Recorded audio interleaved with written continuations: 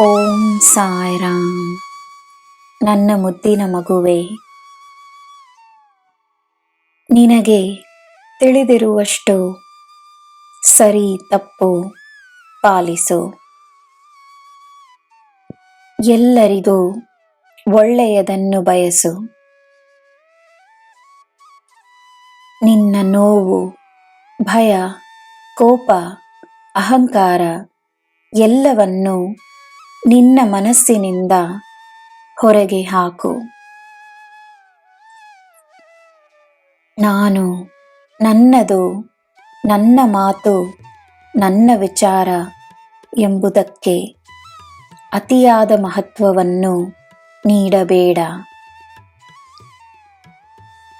ನಾನು ಎನ್ನುವುದಕ್ಕೆ ಸಾಯಿ ಎನ್ನುವ ಅರ್ಥವಿದ್ದರೆ ನಿನಗೆ ಯಾವುದು ನಿನ್ನದಲ್ಲ ಎನ್ನುವುದು ಅರ್ಥವಾಗುತ್ತದೆ.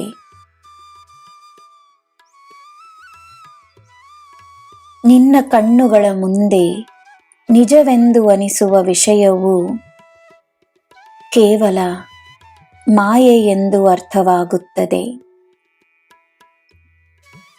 ಯಾವುದೂ ನಿನ್ನದಲ್ಲ. ನೀನು ಕಳೆದುಕೊಂಡಿದ್ದಾದರೂ ಏನು? ನಿನ್ನ ಜೀವನದಲ್ಲಿ ನಿನ್ನಿಂದಾದಷ್ಟು ಒಳ್ಳೆಯದನ್ನು ಮಾಡುವ ಉದ್ದೇಶ ನಿನ್ನದಾಗಿರಲಿ. ನೀನು ಮಾಡುವ ಸಂಪಾದನೆಗಳಲ್ಲಿ ಪುಣ್ಯಗಳು ಮಾತ್ರವೇ ಸದಾ ನಿನ್ನ ಜೊತೆಯೇ ಇರುವ ಸಂಪಾದನೆ.